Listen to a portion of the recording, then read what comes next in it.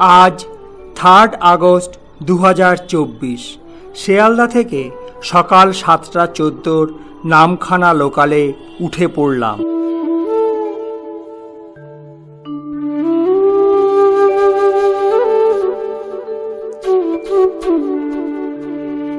সকাল 9:50 পৌঁছে গেলাম কাকদ্বীপ স্টেশনে।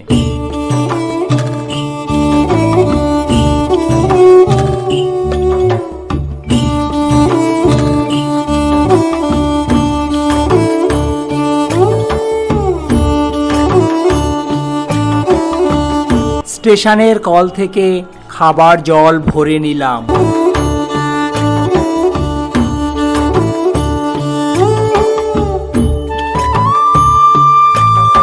একটা অটো করে চলে এলাম হার্ডউড পয়েন্ট লট 8-এ। উঠে পড়লাম ফেরিতে। ফেরি ছেড়ে দিল। ফেরি সার্ভিসের ভাড়া মাত্র 10 টাকা।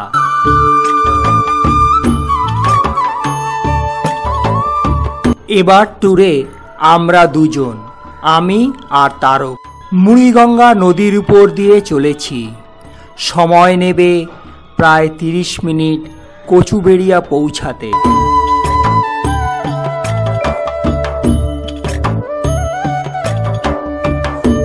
এটাই কচুবেড়িয়া লঞ্চ ঘাট। আমরা যাব গঙ্গাসাগরে। এখন শ্রাবণ মাস, তাই মূলত বিহার, ঝাড়খণ্ড, উত্তরপ্রদেশ, মধ্যপ্রদেশ থেকে ভক্তরা বৈদ্যনাথ ধামে বাবার মাথায় জল ঢেলে চলে এসেছেন গঙ্গাসাগরে।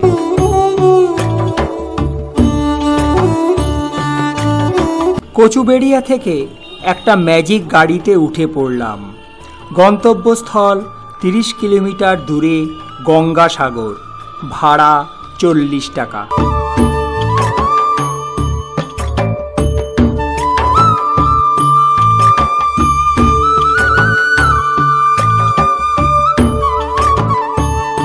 পিচের সুন্দর পাকা রাস্তা ধরে 1 ঘন্টার মধ্যেই পৌঁছে গেলাম গঙ্গাসাগর।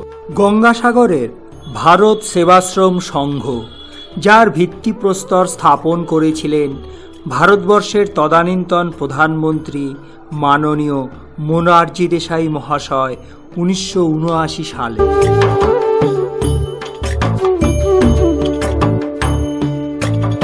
এই গঙ্গাসাগর ভারত সেবাশ্রম সংঘকে যিনি তিল তিল করে বড় করেছিলেন, তিনি হলেন ভারত সেবাশ্রম সংঘের পরম পূজনীয় স্বামীজি হংসেশ্বরানন্দজি মহারাজ।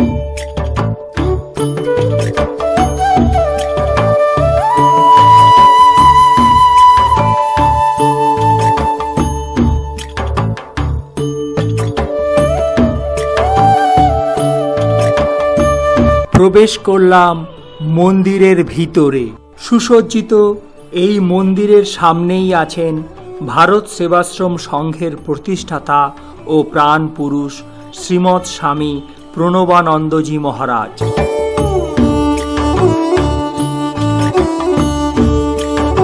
পাশের ঘরে আছে মা গঙ্গা এবং রাধাকৃষ্ণের বিগ্রহ।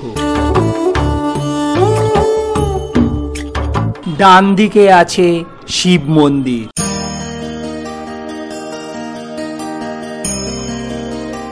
গঙ্গাসাগরে ভারত সেবাশ্রম সংঘটি খুবই বড়। ব্যাপকতা দেখলে সত্যি অবাক হতে হয়।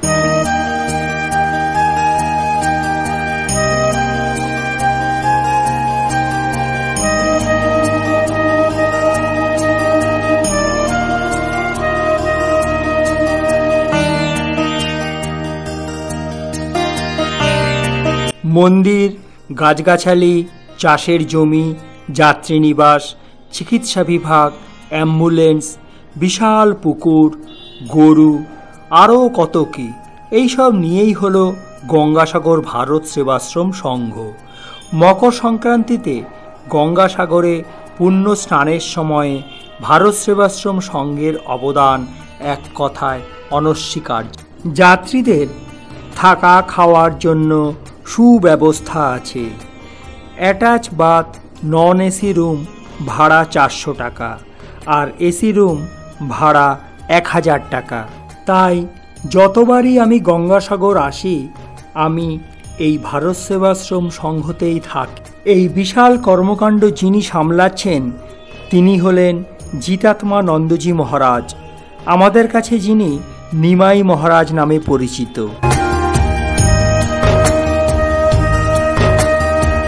দুপুরের খাওয়া শেষ করে একটু বের হলাম। ভারত সেবাশ্রম সংঘের উল্টো দিকেই একটা সুদৃশ্য মন্দিরে প্রবেশ করলাম।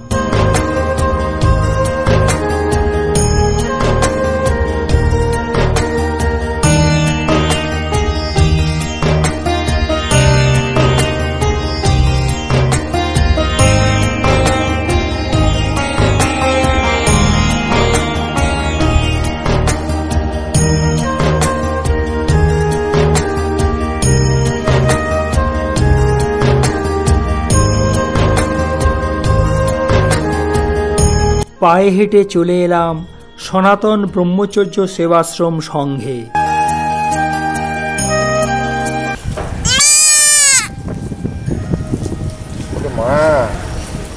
মা বলে যাচ্ছে রে। একটা টোটো করে গঙ্গাসাগর থেকে কিছুটা দূরে চলে এলাম সুদৃশ্য এক মনসা মন্দিরে।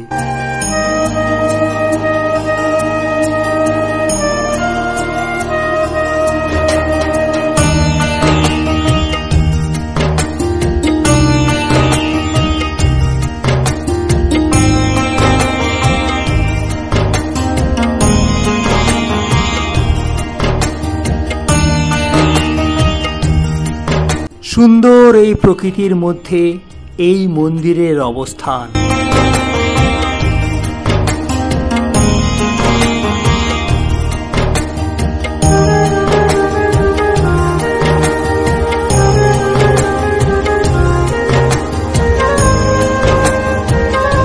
ভারত সেবাশ্রম সংঘ থেকে 7-8 মিনিট হাঁটলেই পৌঁছানো যায় কপিল মুনির আশ্রমে। দূরে দেখা যায় কপিল মুনির আশ্রম। আমরা চলেছি পেছনের রাস্তা দিয়ে।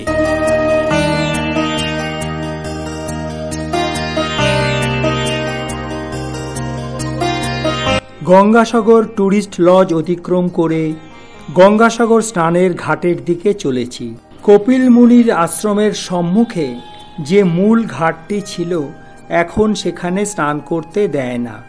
এখন পুণ্য স্নান হয় 5 নম্বর ঘাটে।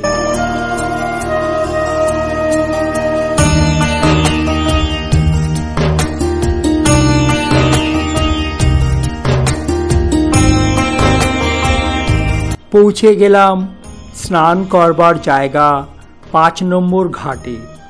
আগে সমুদ্র ছিল একদম ঢেউবিহীন, কিন্তু এখন পুরী বা দীঘার সমুদ্রের মতোই ঢেউ দেখতে পাওয়া যায়।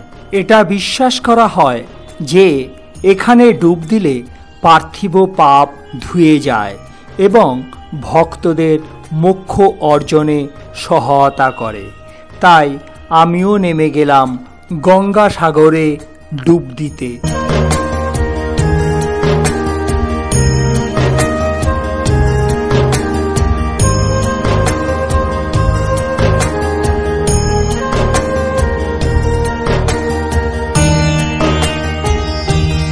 পুরাণে পাওয়া যায় শ্রীরামচন্দ্রের 1300 পিতৃপুরুষ ছিলেন অযোধ্যারাজ সগর রাজা।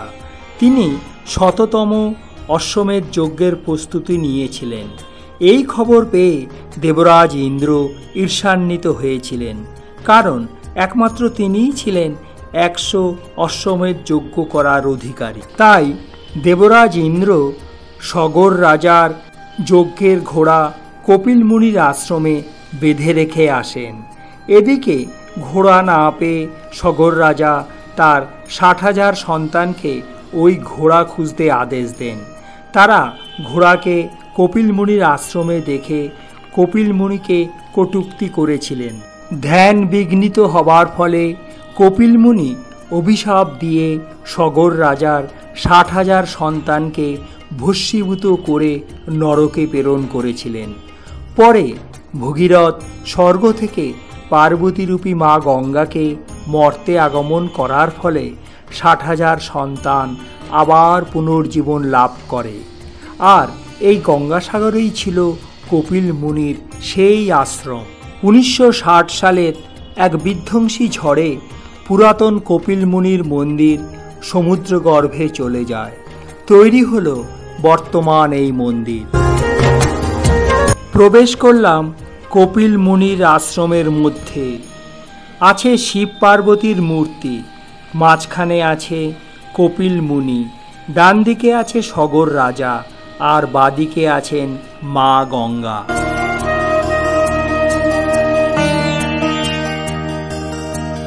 এটাই ছিল গঙ্গা স্নানের পবিত্র স্থান, বর্তমানে ভেঙে গিয়েছে।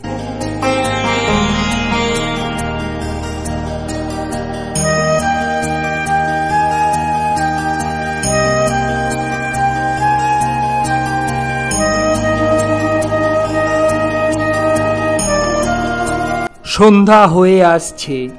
গঙ্গাসাগরের পাড়ে বসে চায়ের কাপে চুমুক দিতে ভারী মজা লাগছে।